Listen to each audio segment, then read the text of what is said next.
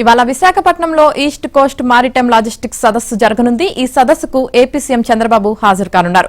Global forum for sustainable transformation ఆధ్వర్యంలో జరిగే ఈ సదస్సులో 20 కంపెనీలకు చెందిన సీఈఓలతో చంద్రబాబు సమావేశమవుతారు.